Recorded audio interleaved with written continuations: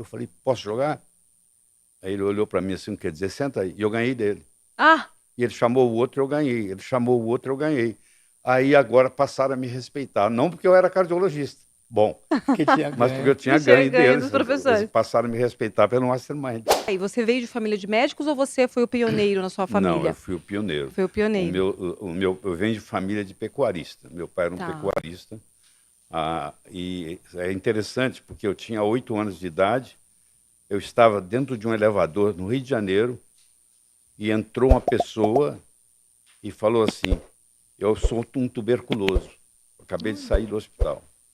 Aí eu perguntei para minha mãe, o que é tuberculoso? Ela falou, você não sabe o que é tuberculoso? Naquele momento decidi ser médico. Tinha 8 anos, eu me lembro direitinho, dentro de um elevador, ela me desafiou, eu pensei, eu vou saber a medicina inteira. Ai, que Foi delícia! dali que desencadeou tudo. E a Interessante, sua né? formação é Brasil mesmo, né? Eu fiz o meu curso de médico na Universidade Federal de Juiz de Fora. Eu fiz pós-graduação na PUC, no Rio. Eu sou o primeiro mineiro a ser mestre e o terceiro brasileiro a ser mestre em cardiologia.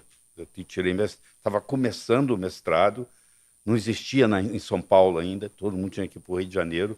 E eu fiz o meu mestrado e fui para nós construímos um hospital em Teófilo Otoni.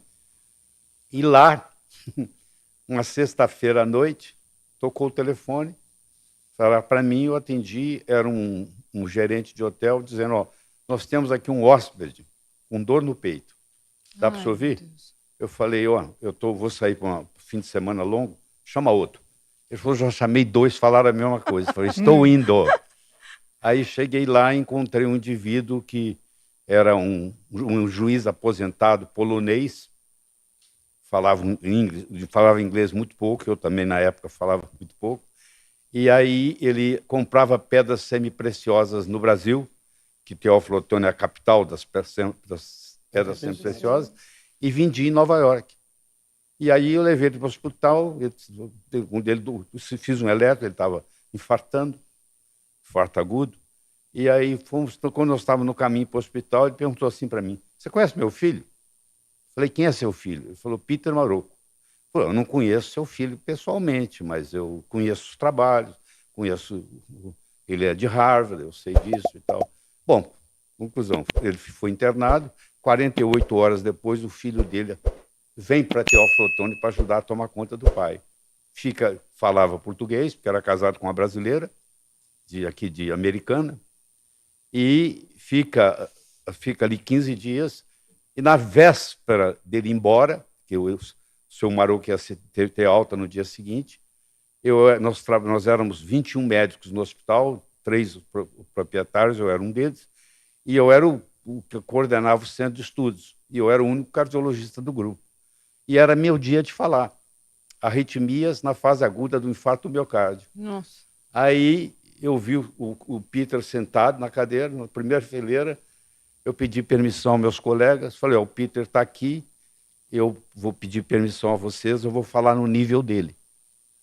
Aí eu fiz uma apresentação de arritmias na fase aguda do infarto do miocárdio. Quando eu terminei, ele veio para mim e disse assim, você já tem seu revalida nos Estados Unidos, né? Porque eu formei em 72, janeiro de 73, eu fui na embaixada e fiz o revalida. Naquela época, não sei se ainda pode, não precisava ir nos Estados Unidos, eu fazia o revalida aqui mesmo. Eu tinha passado, 3 brasileiros passaram naquele ano, eu era um deles. Você já tem seu revalida, não tem? Falei, tenho. É o SFMG, a gente chama em inglês. Aí, você quer ir para Harvard? Falei, não quero não. Eu tenho o meu hospital, eu tenho minha clientela, eu ganho bastante dinheiro, sou bem conhecido. Não, obrigado. Aí passam-se 6 meses, eu ligo para ele para a gente continuar conversando, ficamos amigos. Eu falei, e aquela oferta que você me fez? Ele falou, está de pé, você quer vir? Aí eu convenci os meus sócios que eu ia passar 1 ano nos Estados Unidos. Passei 17. Que barato, que barato. Exercendo a medicina lá como cardiologista. Eu fui trabalhar em Harvard, eu trabalhava no Peter Ben Brigman, medicina hospitalar. Eu nunca fui abrir consultório lá. Consultório. Eu sempre trabalhei em hospital. Aham. Então, eu fui trabalhar. O Peter Van Brigham, hoje chama-se Brigham and Women's Hospital, é o hospital de Harvard mais acadêmico. E eu cheguei lá, enfrentei os preconceitos todos, e etc. e tal. Eu tenho Muito até legal. uma história bonitinha para contar sobre como é que eu conquistei Harvard. Porque eu era bom cardiologista. Eu levantava a mão, estavam projetando o caso, eu já sabia no diagnóstico, eu queria mostrar que sabia. Eles não viam a minha mão levantada. Aí eu tinha as refeições no mesmo refeitório dos professores, porque eu era um fellow.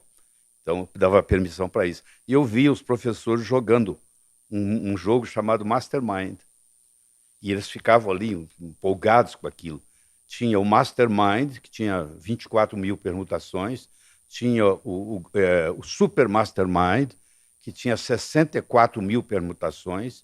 E tinha o Grand Mastermind, que tinha 350 mil permutações. E eu vi os professores todos interessados naquilo. Eu fui numa livraria, comprei os livros de Mastermind, e à noite, ao invés de estudar medicina, eu estudava Mastermind. Até estar em nível mundial. Aí um dia, estava lá no refeitório, e dois jogando, um ganhou, terminou o jogo, um ganhou, o outro perdeu, o que perdeu levantou. Eu falei, posso jogar? Aí ele olhou para mim assim, quer dizer, senta aí. E eu ganhei dele.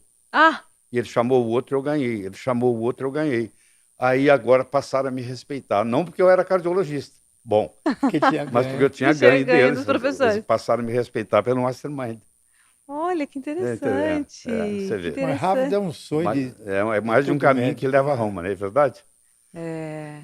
Aí eu fui publicar com eles, trabalhava na unidade coronária, tratando infarto, e comecei a viajar para os congressos para apresentar os trabalhos. Então a sua vida acadêmica começou lá fora. Começou lá fora. Tá.